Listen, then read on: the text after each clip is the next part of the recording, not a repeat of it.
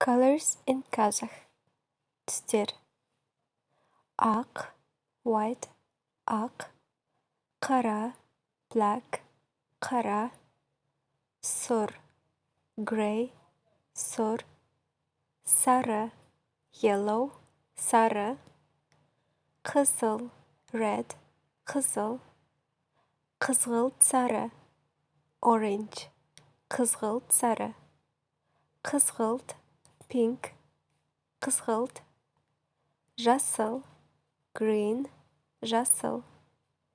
Көк, blue, көк. Көгілдір, light blue, көгілдір.